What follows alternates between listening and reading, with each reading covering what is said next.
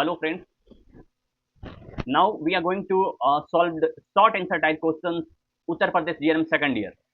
तो पहला क्वेश्चन हमारा है कि इन्फ्लुएंजा क्या है। What is influenza?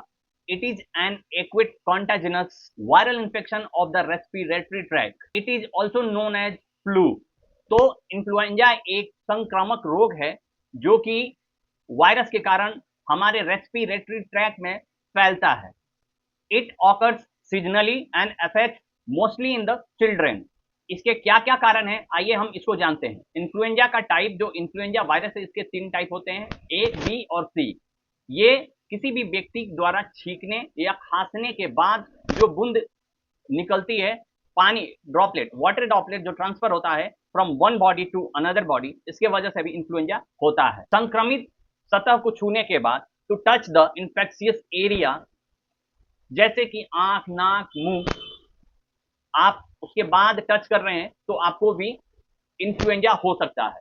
भीड़ भाड़ वाले स्थान पे रहने वाले लोगों को भी इन्फ्लुएंजा हो सकता है, क्योंकि वहां पे बहुत सारे लोग इन्फेक्टेड होंगे या किसको किस प्रकार की बीमारी है, और अगर आप उस आदमी के संपर्क में आते हैं, किसी प्रकार का फिजिकल टच होता है, तो आपके अंदर वो वायरस ट्रांसफर हो सकता है। क्लिनिकल मैनिफेस्टेशन, इसके इसके कारण आपको फीवर हो सकता है, मसल पेन हो सकता है, कफ हो सकता है, स्नीजिंग हो सकता है, और भी बहुत सारे कारणों के वजह से आपको इन्फ्लुएंजा हो सकता है। साइन एंड सिम्टम क्या होते हैं, चलिए आइए उसको हम लोग जानते हैं। अचानक से सडन हाई फीवर, अचानक से आपको तेज बुखार आ जाएगा, आपकी बॉडी में पूरी दर्द शुरू हो जाएगी, उसके बाद आप बहुत ज्यादा छींकना शुरू कर देंगे, गले में खराश होना शुरू हो जाएगा, सूखी खांसी होने लगेगी, आपको नाक बहना, मतलब your nose is blowing, and आपको ठंड लगेगा, आपके अंदर कपकपी शुरू हो जाएगी। ये सब लक्षण है इन्फ्लुएंजा का।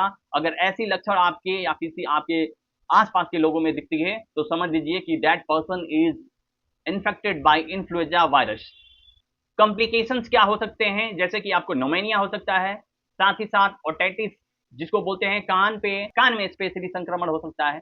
इसके कैसे हम लोग डायग्नोसिस कर सकते हैं, इसका निदान कैसे कर सकते हैं, तो सबसे पहले लक्षणों के आधार पर आप उसका जायजा कीजिए, उसके बाद आप थ्रोट स्वैब और साथ ही सैंपल, नाक का जो सैंपल है उसके द्वारा आप वायरस का पता लगा सकते हैं। उसके बाद आदमी की सीबीसी का जांच करें, सीबीसी जो होता है उसका जांच करें, इससे आपको तुरंत इन्फ्लुएंजा वायरस के बारे में पता चल सकता है। इसका ट्रीटमेंट क्या हो सकता है, ट्रीटमेंट के लिए हमें किन किन चीजों का ध्यान देना होगा, चलिए आइए इसके बारे में हम लोग जानते हैं। एंटीवायरल दवाइयां आप ले सकते हैं, जैसे ओसेल्टामीर, साथ ही बुखार या दर्द में पैरासीटामोल ले सकते हैं। पर्याप्त आराम चाहिए आपको, पर्याप्त इसमें नींद चाहिए, साथ ही तरल पदार्थ का सेवन जरूर आप करें और पौष्टिक आहार का भी सेवन करें।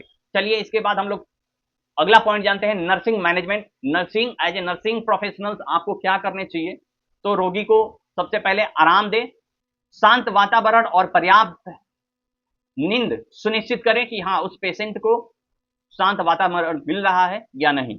हाइड्रेशन, उस पेशेंट को जिसको इन्फ्लुएंजा वायरस से संक्रमित है, उसको आप ज्यादा से ज्यादा तरल पदार्थ दे सकते हैं, जैसे सूप, वाटर, जूस एक्सेट्रा।